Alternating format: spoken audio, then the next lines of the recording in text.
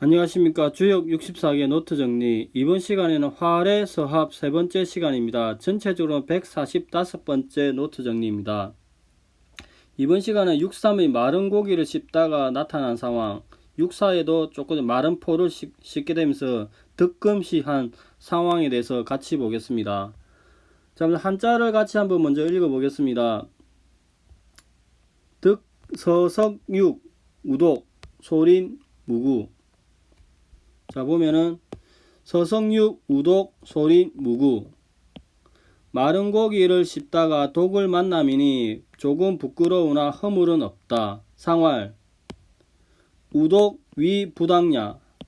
독을 만난다는 것은 지위가 합당하지 않습니다. 이렇게 이야기합니다. 자, 기본적으로 이제 효의 위치를 보면은 63은 양강의 자리에 음이 있으니까 정위는 아니죠. 그다음 응은 없습니다. 응이 있습니다. 그리고 보통 3위는 교만한 자리라고 이야기하죠. 즉 6,3은 부당이고 상구와 정응하는데 보통 세 번째 자리는 교만한 자리라고 이야기합니다. 그래서 마른 고기를 씹다가 독을 만난 이 상황에 대해서 황태현 교수님 설명을 조금 보면은 기본적으로 이 효는 처벌을 할 권한도 신망이 충분하지도 않은 자가 처벌을 집행하는 상이다. 왜? 기본적으로 음자리에 강자리에 음이 있으니까 제자리가 아닌 부정이죠. 부정. 그러니까 이제 이런 설명이 나오는 겁니다. 그리고 육포로 상징되는 오래된 일을 취급하다가 어려움을 만난다고 이야기했는데 오래된 고기는 상했죠. 그래서 오래된 일을 하면서 자기 쪽으로 증오를 자초한다고 이야기합니다. 그래서 이로 인해서 부끄럽고 곤혹스러운 처지가 된다고 이야기합니다. 그러나 처벌이 시대적 요구인 만큼 결국에 허물은 없다고 이야기합니다. 즉 6.3은 음요로서 유약하죠. 단호한 형벌을 내리거나 바른 자리가 아니기 때문에 어려운 자리를 감내하는 의지가 박약한 데다가 양의 자리에 음요가 있으니까 부당위 제자리가 아니라고 이야기하죠. 그래서 왜 이렇게 그런 자리에 있다 보니까 독을 만난 것은 결국 자리가 부당하기 때문이라고 이야기합니다. 그래서 6.3은 우유부단하고 주저한다고 이야기합니다. 그래서 갑자기 만나는 어려운 상을 만나는 게 우독이죠. 오래된 육포를 만나 혼란스러운 상황에서 포를 깨물기만 하고 아직 삼키지는 않았으므로 입안에 머물기만 한 상태에서 이를 뱉어내니까 독을 덜어내고 입안을 깨끗하게 씻어내니까 조금은 곤란하지만 무탈하다고 이야기합니다. 자, 이 부분은 황 교수님 책에 설명이 더 정밀하게 잘 되어 있으니까 이 부분 책을 직접 구할 수 있으면 찾아서 읽어보는 게 오히려 더 해석에 더 풍부하게 하는 관점에서 좋을 것 같습니다. 그 다음에 이제 우리가 서석육이라고 이야기하는 이 효를 효사의 서석육, 석육 이 실제로 받았을 때 이 의미가 무엇인지 이제 검토를 할 필요가 있죠. 그리고 독을 만난다고 했는데 이 독이 어떠한 나에게 해를 끼치는 건 확실한 건데 그 정도가 독을 만난 강도가 얼마나 센 정도인지도 고민을 하게 됩니다. 왜냐하면 결국에는 허물이 없다는 이거와 독을 만났는데 이거 극복하는 것 같은데 이 상관성에 대해서 인과관계가 어떻게 연결되는지 고민을 해야 될 지점이 필요한 거죠. 그래서 이런 부분은 이 세 가지는 이제 실제로 상황에서 조금 더 이 개별 효사를 기초로 해서 조금 더 공부해야 될 부분인 것 같습니다. 이제 구사에 대해서 알아보겠습니다. 서건자, 득금시, 서건자, 득금시, 이간정길.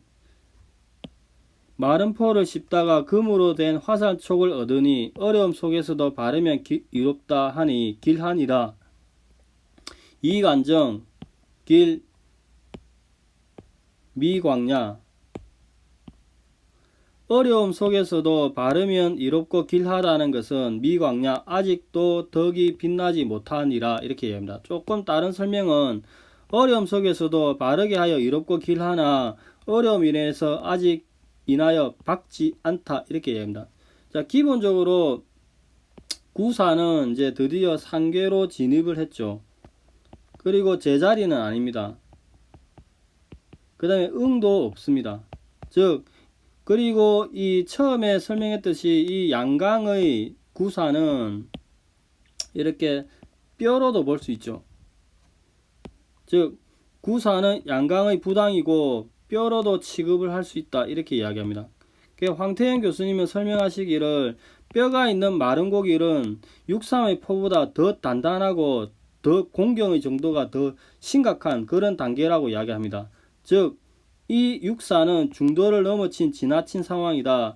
능력과 고난을 감내하다가 뜻밖의 대박을 터뜨린다. 즉, 득금시, 황금 화살촉을 얻는다. 이렇게 이야기죠. 즉, 터뜨려 횡재를 하게 되는 대성공을 거둔다고 이야기합니다. 즉, 눈물을 머금고 단단하고 메마른 고기 뼈다귀를 씹어야 할 만큼 가혹한 운명의 상황에서 이를 견디다 보니 뜻밖의 쇠 화살촉을 얻는 것을 이야기합니다. 그러면 우리가 효를 받았을 때 이 건자의 의미가 무엇인지, 그 다음에 득금시가 이렇게 일반적인 설명은 반전이 일어난 거죠.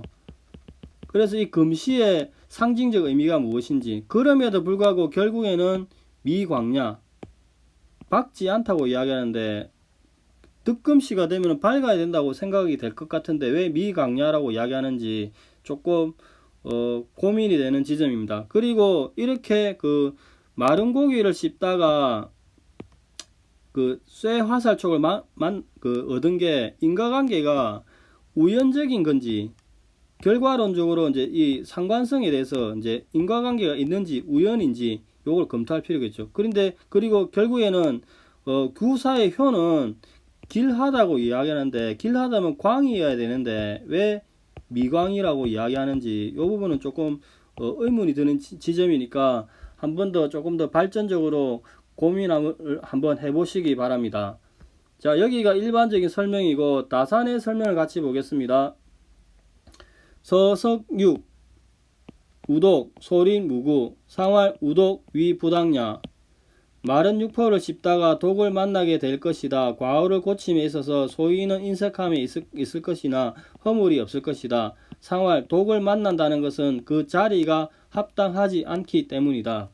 서석육 우독을 보면은 마른 고기가 상이 나오죠. 이 본계가 활해사합인데 활해사합은 천지빗계가 로부터 도출이 되는데 천지빗계 합계고는 고기죠. 고기인데 추일하게 되면은 이렇게 리의 물상이 두 개가 나오죠. 그래서 햇빛에 불에 건조된 고기니까 마른 고기에 물상이 나옵니다. 즉 빗기에는 고는 고기다. 추일하게 되면 햇빛과 불에서 건조되니까 마른 고기에 물상이 나오는 겁니다. 여기서 이제 육삼이 이렇게 효변을 하게 되면은 이렇게 대감의 독이 나오는 거예요. 독. 독을 만난다고 합니다. 즉 효변하면은 독을 만난다고 합니다. 그래서 씹다가 독을 만난다. 그런 소린이라고 이야기하는 것은 활해사업의 기본적으로 이 육삼이 이제 음요죠. 강의 자리에 음이 있는 상이죠. 그리고 1이 5로 이렇게 올라갔다 하더라도 여전히 음이죠. 그래서 서랍의 3효도 제자리가 아니고 빗계가 1로서 5로 가도 제자리가 아닌 상이니 음이 교쳐지지 않았으니 소린이라고 이야기합니다. 그 다음에 이제 사업의 사면은 효변에서 결국 강이 되죠. 이런 의미에서 제자리를 찾아가니까 결국은 무구, 허물이 없다. 이렇게 이야기합니다. 자, 여기 6.3에 대한 설명이고 9.4에 대한 설명을 보겠습니다. 자, 글자를 먼저 보겠습니다. 서건자 득금시 이간정길 상활 이간정길 미광야 뼈가 있는 마른 고기를 씹다가 고기 속에 쇠 화살촉을 얻게 되니 어려운 일을 맡아 추진함에 이룰 것이며 길하다. 상활 이간정 길이라고 한 것은 명예가 빛나지 않음이니라. 이렇게 이야기합니다. 자, 서성육 득금시를 보면은 이게 본계죠. 본계가 구사가 이렇게 효변을 하게 되면은 살래 있게가 되죠. 그래서 사업의 사이에 이 강을 어떻게 바라봐야 되느냐. 이 강은 계속 이야기죠. 뼈입니다. 뼈가 있고 상하로 이렇게 음이 이렇게 묻혀져 있는 게 음이 이렇게 있죠. 고기가 이렇게 뼈가 있는 그런 고기죠. 즉 강에 붙어 있는 것은 고기 덩어리죠. 강은 뼈고 이런 고기가 햇빛과 불에 건조된 뼈가 있는 마른 고기죠. 이런 상태에서 득금시 이제 지게가 살래끼인데 지게가 이렇게 지게의 모계인 지택임에서 추위를 하여서 오게 되면은 이제 화살이 하나 이렇게 올라간 거죠. 위에 이렇게. 그래서 임계에서 2가6으로 하면 화살 하나 북쪽으로 갔다고 합니다. 그 화살은 이렇게 태의 세에서 나왔죠. 태에서 나오니까 득금시 쇠 화살촉을 얻은 그런 상이죠. 그 다음에 이간정은 그 험난한 일에 이롭다고 이야기하는데, 기본적으로 이 물상을 보면은 여기에 본계가 이렇게 감의 험난함이 내재되어 있죠. 그래서 효변을 하게 되면은 곤으로 험난함이 사라지죠. 즉 활에서 본계가 효변하게 되면 감이 사라진다. 감의 험난함이 사라지고, 그 다음에 이렇게 간으로서 종결이 되니 어렵고 험난한 일에 이롭다, 이렇게입니다. 그 다음 미광야는 아까 사위가 강이 효변하면은 리의 빛이 흩어진다고 표현합니다. 왜냐하면은 엄밀하게 보면은 여기에도 어째 보면 리가 있죠. 자, 여기 그림을 다시 보면 여기에도 리가 있죠. 근데 효변을 한 산내께도 전체적으로는 어떻게 보면은 대리의 상이 있긴 있습니다. 이렇게 보면은. 그래서 오히려 이때 설명을 없어진다고 표현을 하지 않고 흩어진다고 표현한다고 이제 이야기를 합니다. 이렇게 이제 리의 빛이 흩어진다고 표현합니다. 자, 이 부분이 미광야에 대한 설명입니다. 그러면은 우리가 이제 계속 활해사백 초효부터 이렇게 계속 보고 있는데, 이 보면은 기본적으로 제일 처음에는 구교멸지,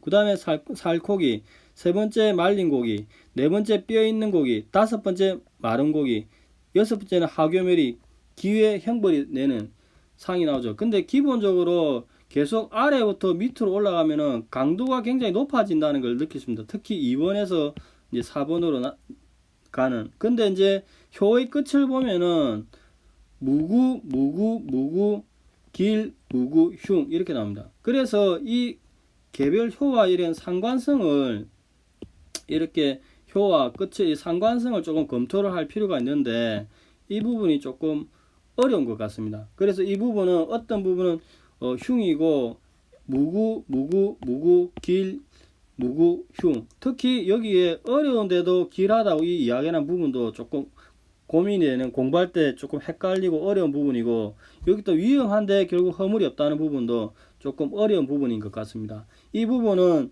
조금 더 공부가 진전이 되면은 또 해결해야 될 숙제라고 생각하고 여기까지 하겠습니다. 자, 오늘은 이제 6.3과 9.4에 대해서 보았습니다.